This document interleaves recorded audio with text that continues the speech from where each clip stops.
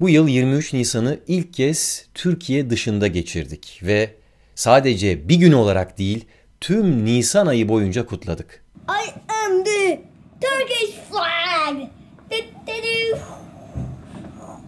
Baba baba baba.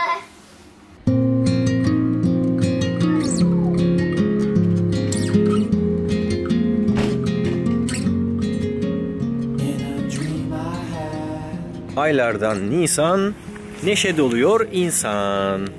Her ne kadar 23 Nisan olmasa da burada da International Day var ve biz onu 23 Nisan coşkusuyla kutlamaya hazır mıyız?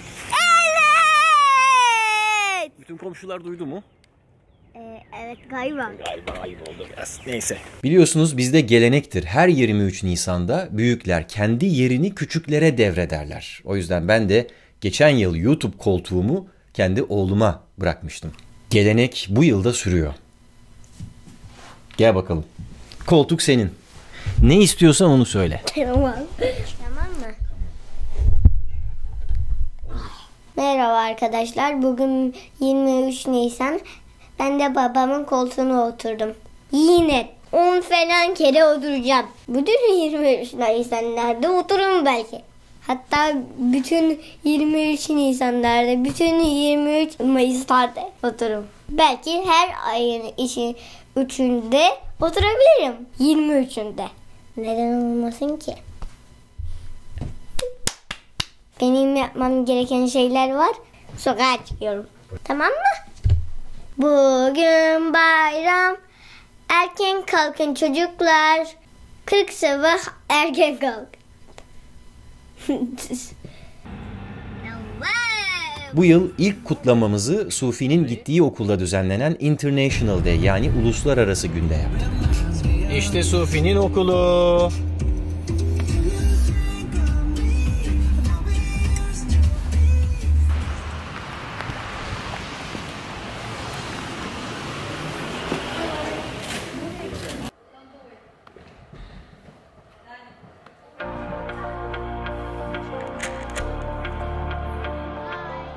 Okulda 20'den fazla ülkeden çocuklar olduğu için her ülke kendisini tanıtan bir masa oluşturdu. Biz 2 masaya zor sığdık.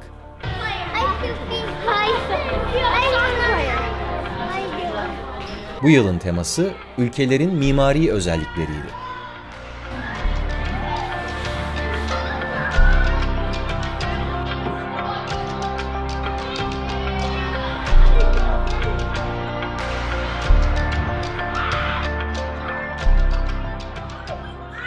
International Day yani uluslararası günde her ülke, her ülkenin çocuğu kendi özelliklerini, kendi güzelliklerini yansıttı.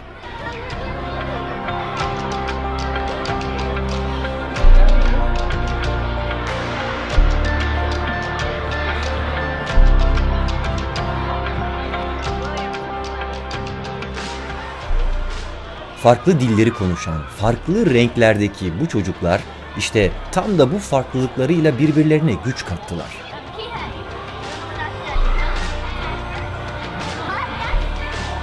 Ve bizim yıllardır dünyanın dört bir tarafından davet ettiğimiz, konuk ettiğimiz çocuklarla beraber kutladığımız o 23 Nisan çocuk şenlikleri de bununla aynı ruhu yansıtmaz mı? Farklılıklardan güç alan, farklılıklardan öğrenen bir toplumun özelliklerini.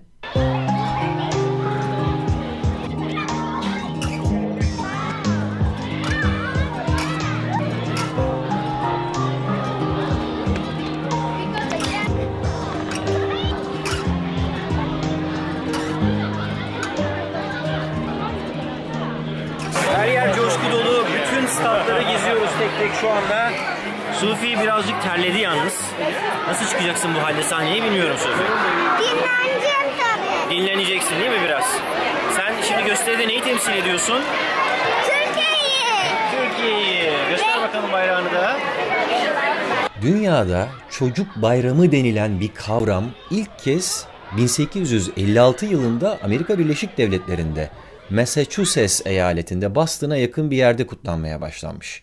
Önceleri buna Gül Günü ya da Çiçek Pazarı diyorlarmış çünkü Haziran ayının 2. pazar günü kutlanıyormuş. Sonradan adını Çocuk Günü'ne, Çocuk Bayramı'na dönüştürmüşler.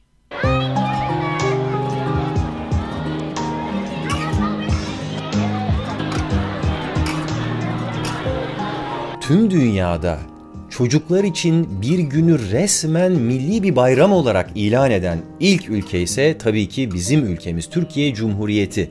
23 Nisan 1929'dan beri bunu gururla kutluyoruz. Şöyle oluyor burada. Evet. Geliyoruz ilk önce ben ve Archie. Yine arkadaşım. Bu yani Archie. Bu da Piyü.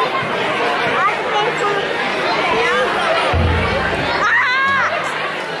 Üstelik Türkiye Cumhuriyeti kurucusu Mustafa Kemal Atatürk bugünü sadece Türk çocuklarına değil tüm dünya çocuklarına armağan etmiş.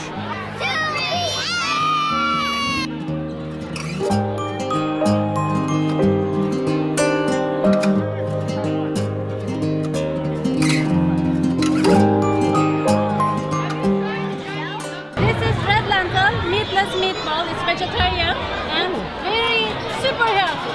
Dr. Oz, our principal. Yes. Proud principal of Somerville. And what is this called? Türkiye Cumhuriyeti'nin aldığı bu kararı takiben 1950'li yıllarda Birleşmiş Milletler'in tavsiye kararıyla dünyanın çeşitli ülkelerinde çocuk günleri kutlanmaya başlanmış. You look beautiful.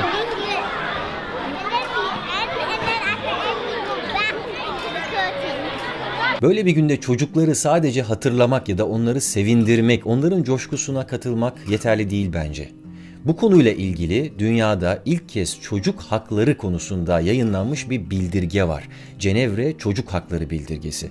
Buna göre çocukların doğal biçimde gelişmesine olanak sağlanması, aç çocukların beslenmesi, hasta çocukların tedavi edilmesi, terk edilmiş çocukların korunması, felaket anında yardımın öncelikle çocuğa yapılması, çocukların her türlü istismara karşı korunması ve kardeşlik duyguları içinde eğitilmeleri gerektiği belirtilmiş. Bu bildirgeyi bizim ülkemizde dahil olmak üzere dünyada pek çok ülke imzalamış durumda. Ama maalesef sadece imza atmak yeterli değil. Bu konuda toplumun her kesiminde bir bilinç, bir farkındalık meydana getirmek ve o imzaların, o kuralların hayata geçirilmesine destek olmak gerekiyor. 23 Nisan kutlamaları çerçevesinde şimdi de Sufi'nin okuma bayramını kutlamaya gidiyoruz. Neydi? Publication Party. Publication Party'ymiş. Kitap yazdığı için bunu publiğe sunacak. Sufi evet ilk kitabını yazmış. Bakalım nasıl okuyacak şimdi bu kitabı.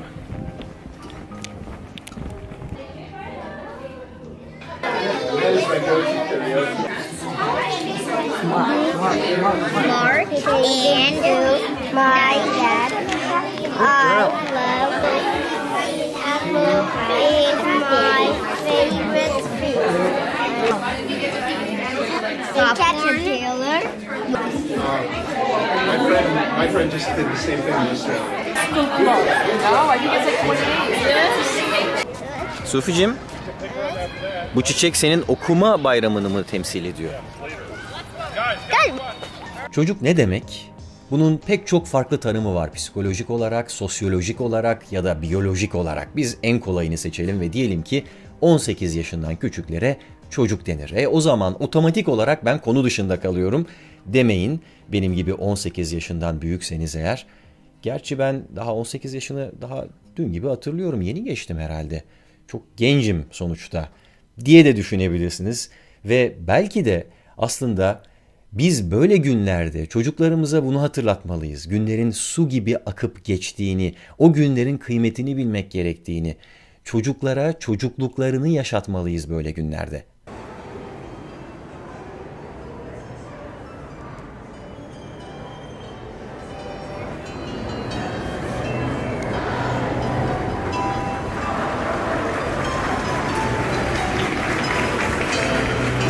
Şimdi yeni bir 23 Nisan kutlamasına geldik. Nereye?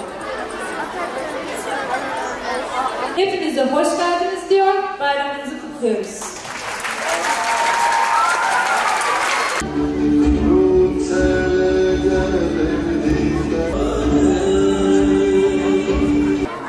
As it was the day of the first gathering of the Turkish Grand National Assembly.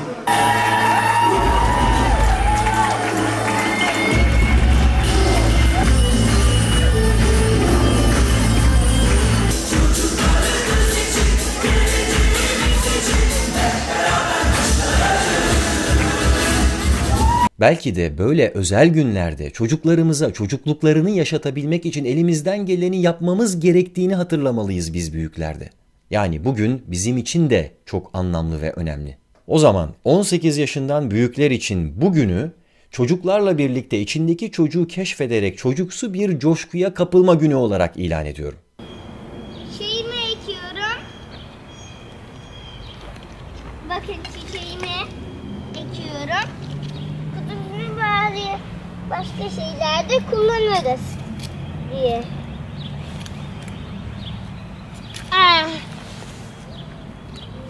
5 santim diksek olur bence. 5 inç diksek kassak galiba olacak. İnşallah kuşlar yemezler. Bu yıl 23 Nisan'da ağaç dikiyoruz arkadaşlar.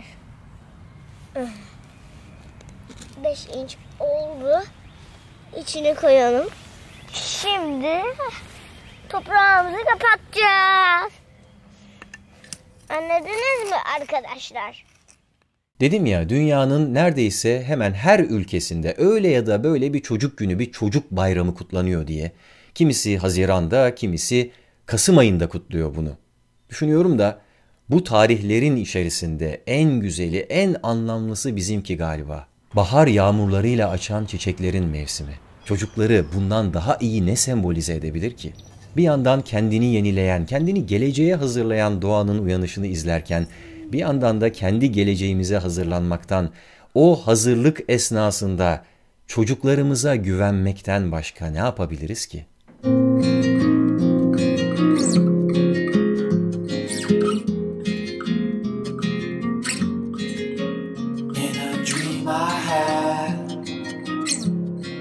I watched her